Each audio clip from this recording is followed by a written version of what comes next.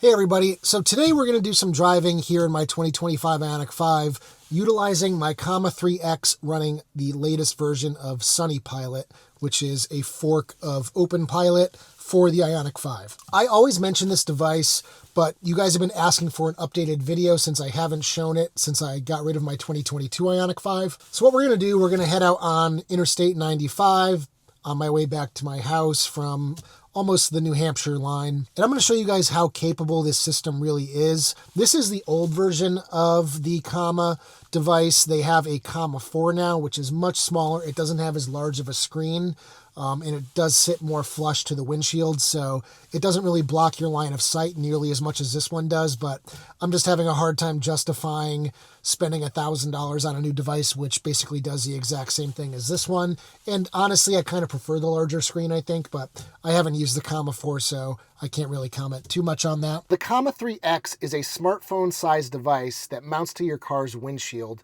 And you can see here, it's just one wire, one USB-C cable that goes up here to the mirror section. Now behind the mirror, there is a cable that plugs into the front camera that's built into any car. So this device runs an open source software, which gives your car an elevated version of, say, highway drive assist in our case. Now, what this is going to do is it's going to really track the road markings very well. Even if there are no road markings, it can still navigate through turns. And many times, if there's no road markings, it can still determine the edge of the road and follow it. Now, on the front here is a front-facing camera, which is going to watch you and make sure you are paying attention, because this device requires full attention, even though it can basically self-drive on the highway. So the company behind this device, Comma AI, they create the major software for the car, and then there are 3 other versions of the software run by small communities of developers. So I am currently running what is called Sunnypilot, which is much more ideal for the Ioniq 5 and other Hyundai Kias because of the way it interacts with the existing systems in the car. So for instance, many of you know that when you're in highway drive assist, you can activate both lane keep as well as adaptive cruise at the same time. But you might also know that you can disable lane centering or you can disable cruise and just have one or the other. And this is really nice if you, say, want to control your acceleration and deceleration yourself, or if you want to steer the car yourself but still have adaptive cruise. With the stock version of OpenPilot, that is not possible. It's either both systems are on or both systems are off. And that is really nice because when you're on back roads or side streets, you're going to want to control the acceleration and deceleration yourself, but you can still let it steer. I'm not going to get into all the nitty-gritty in this video, but there are many settings that you can play with and change and see how it changes the way that the Comma 3X drives the vehicle. So let's head out on the highway and I'll show you guys how well it actually works. So you can see immediately it's now charting the lines on the road and kind of showing you an overlay. But we're basically right next to Interstate 95, so we're just gonna hop right on heading south.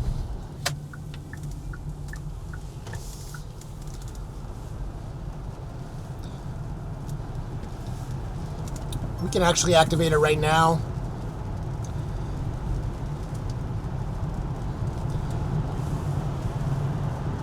And all I got to do is tap the turn signal and it will merge onto the highway for me.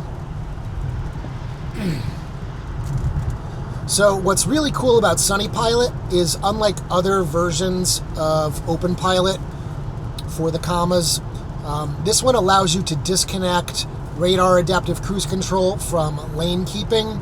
So right now I'm accelerating myself, but I'm going to go ahead and activate adaptive cruise, turn my speed up to what I want it at. Now I can take my foot off the accelerator and the brake pedal, and the car is basically driving itself now. Now, this is in no way tied to a navigation system, so it's not navigating the car, it's just keeping it in its lane, keeping distance from the car in front of it. And if I do decide that I want to change lanes, again, all I have to do is just tap the turn signal. It will kind of give you 3 blinks, and then you're over in your lane.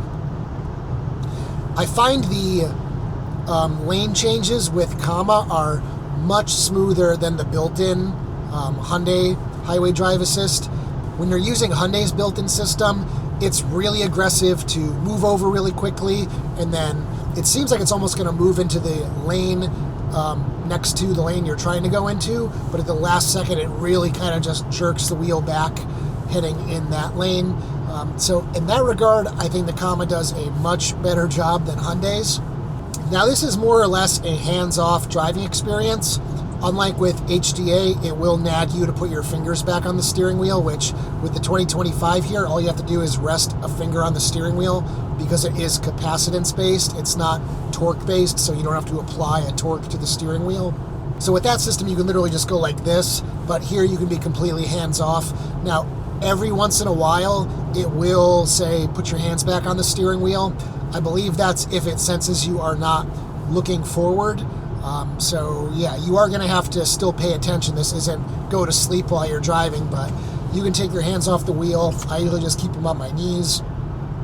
So yeah, I just got the warning to keep my eyes on the road because I was looking at the screen. But you can see just how smooth this is. It's not wallowing back and forth in the lane. It's just hanging out right in the middle of the lane. You can see on the screen you have two white lines signifying your lane markings, and then the green stripe down the middle is the path that the car is taking. So if you were kind of to be towards one side of the lane, which I'll just simulate here, you can see it has moved over to the left side of the lane a little bit.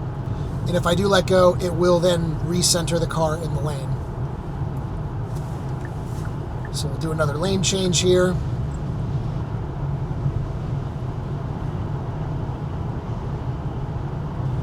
Now, if there is someone in your blind spot, it will not allow you to make the automatic lane change, so that's a nice safety feature. Now, I've been using this system for the last 2 years, I think.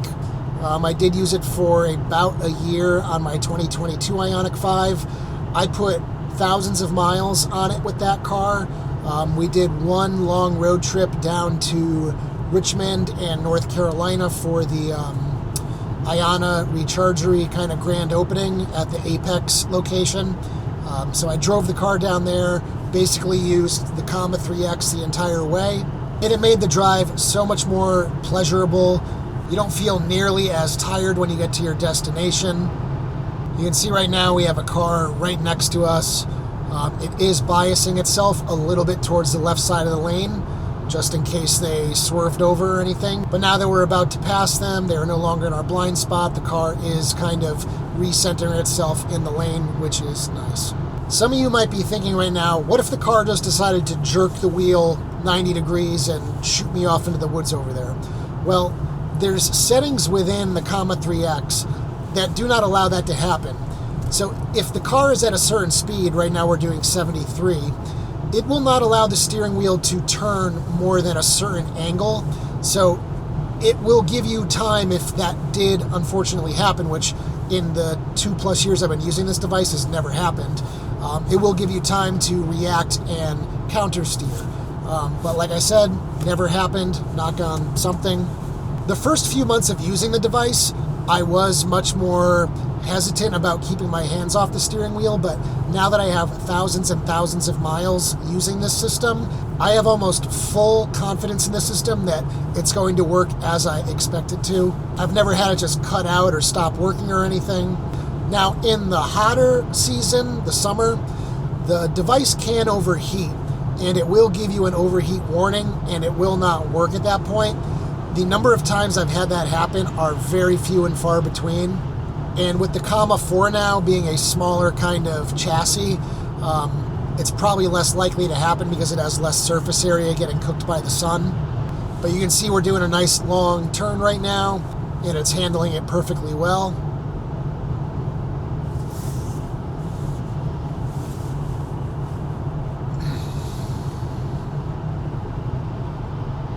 If we were in standard HDA2, it still might handle this turn for the most part, but you would have to have your hands on the steering wheel. If you didn't, it would be screaming at you right now, most likely. Do another lane change, getting ready for our exit to get onto Route 1. So we're going to be getting off the big, wide I-95 interstate, and we're going to be getting on US 1, which is a divided highway. Much more traffic, smaller lanes, more aggressive driving, so we'll see how it handles that in just a minute here. Start turning down our speed here on adaptive cruise. Doing 67 right now. Get my foot hovering over the brake just in case there can be some backups here at the exit ramp. We are going to have to nudge it a little bit to stay in this lane.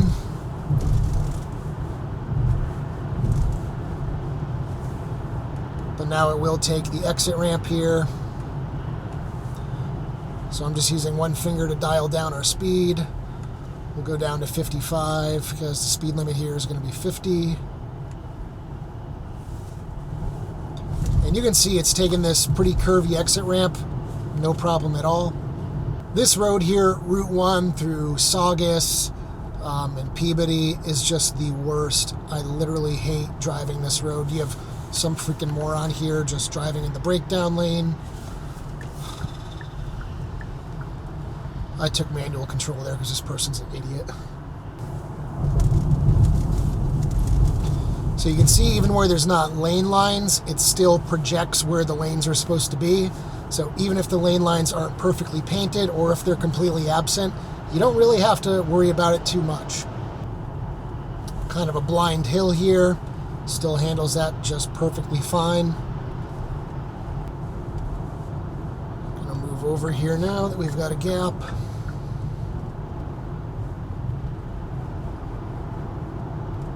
And you can probably see why this road is so awful, because it has a high speed limit, it's multi-lanes, then you have all these businesses with cars merging on, you have other roads that have these little clover leaves merging on, not a whole lot of room to accelerate. Having an EV around these parts for this road alone makes a big difference.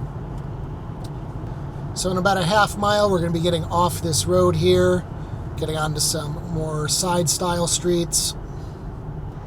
So I've gone back into manual acceleration so I can take this road a little bit slower as we get into the exit lane.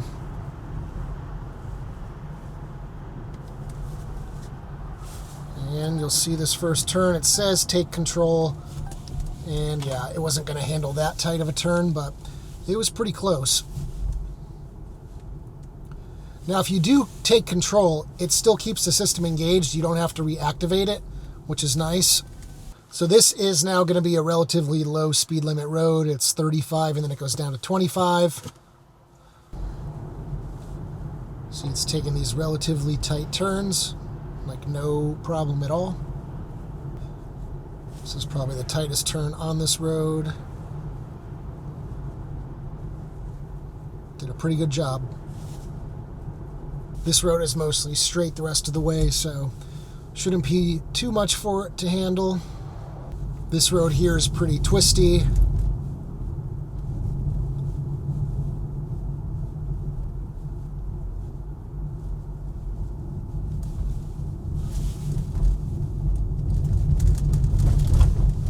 And the lane markings are pretty poor. You did just see the steering wheel twitch out a little bit right there.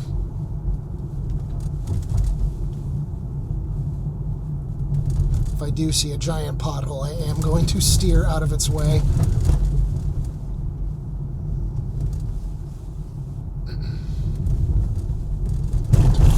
Like that one that I missed.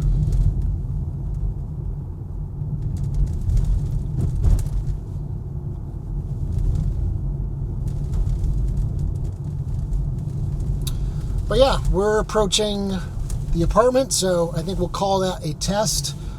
This has been kind of a mixed driving scenario with the Comma 3X running Sunnypilot. I'll have links in the description if you want to kind of read up a little bit more on Sunnypilot. There are some good resources available to kind of understand more about it and see some of the behind the scenes, all the programmers that are working on it all the time and such.